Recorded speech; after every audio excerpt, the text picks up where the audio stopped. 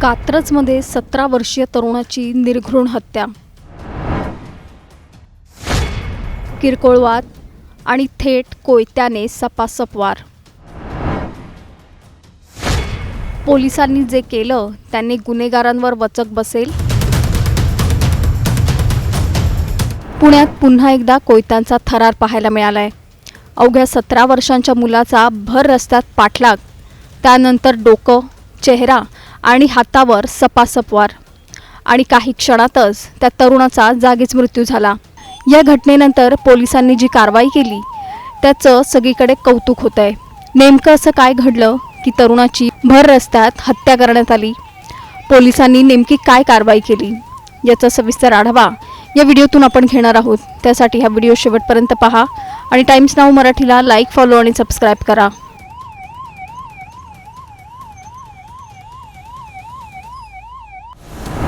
पुण्यातील कात्रज परिसर एका रक्तरंजित घटनेने हादरून गेलाय। अवघ्या 17 वर्षांच्या गणेश रवींद्र माळवे या तरुणाची भर रस्त्यात कोयत्याने आणि लोखंडी शस्त्रांनी निर्घृण हत्या करण्यात आली।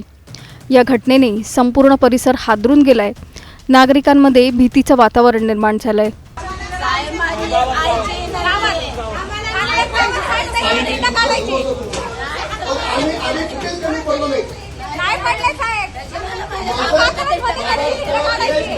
माहितीनुसार गणेश हा आपल्या मित्रांसोबत मोबाईल दुरुस्त करून घेण्यासाठी कात्रज कट्टा परिसरात गेला होता। काम आटपून तो दुकानातून बाहेर पडताच 2 ते 3 बाईकवर आलेल्या हल्लेखोरांनी त्याला घेरलं।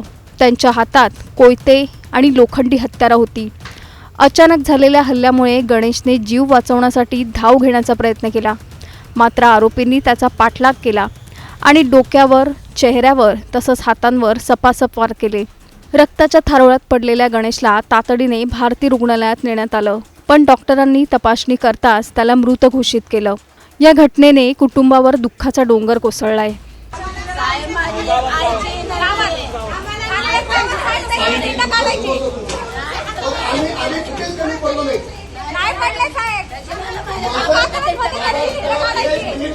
प्राथमिक तपासात धक्कादायक माहिती समोर आली आहे।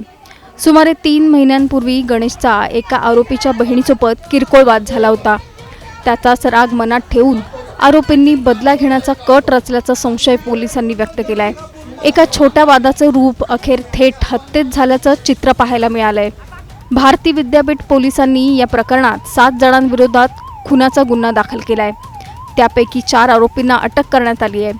काही आरोपी अल्पवयीन असल्याची माहिती समोर येते। या संपूर्ण प्रकरणाचा पुढील तपास सहाय्यक पोलीस निरीक्षक गणेश मोहिते करतायत।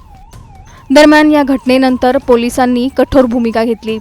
अटक केलेल्या आरोपींपैकी 3घांना घटनास्थळ परिसरात भर पावसात पोलीस वाहनाला बांधून फिरवण्यात आलं। आरोपींची ही धिंड पाहण्यासाठी मोठी गर्दी जमली होती। मृताच्या नातेवाईकांनी आणि स्थानिक नागरिकांनी आरोपींवर कठोर कारवाईची मागणी करत संताप व्यक्त केलाय।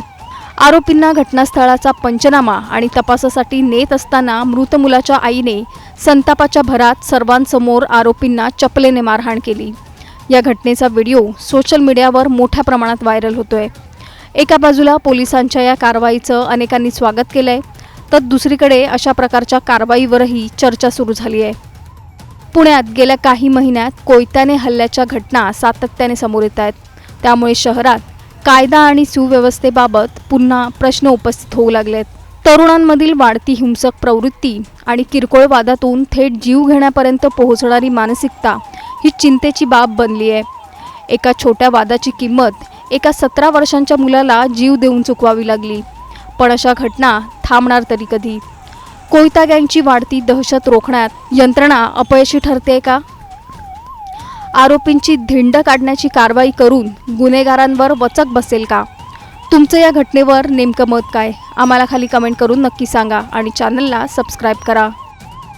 तुम्हाला सगळ्यांना काल रात्री प्रॉमिस केलं होतं, तुम्ही सर्वांनी माझ्या टीव्ही स्टाफसाठी टाळ्या वाजवल्या। अक्षरशः फिल्मी स्टाईल कुत्र्यासारखे बोल पकडले।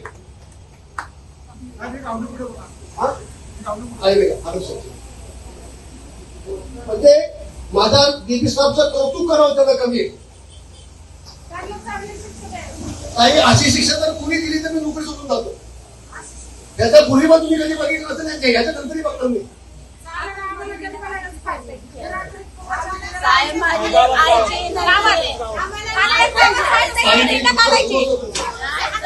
आम्ही कुठेच कमी पडलो नाही. तुम्ही झोपले नाहीये, कपडे सुद्धा चेंज नाही, पुढे सुद्धा केले नाहीये. काढतो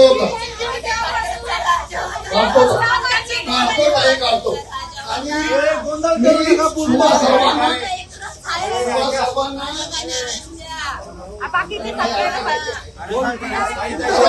ताई तुमच्यासाठी चाललंय हो.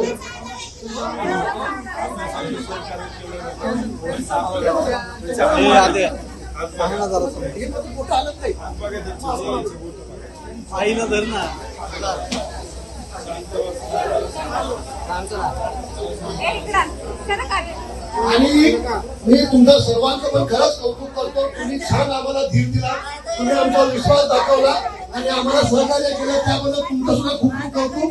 आणि भारतीय विद्यापीठ परिषद तुमचं पण आभारी आहे की तुम्ही आमच्यावर जो विश्वास दाखवला पोलिसांवर, त्याबद्दल आम्ही खरोखर मनापासून आभारी आहे.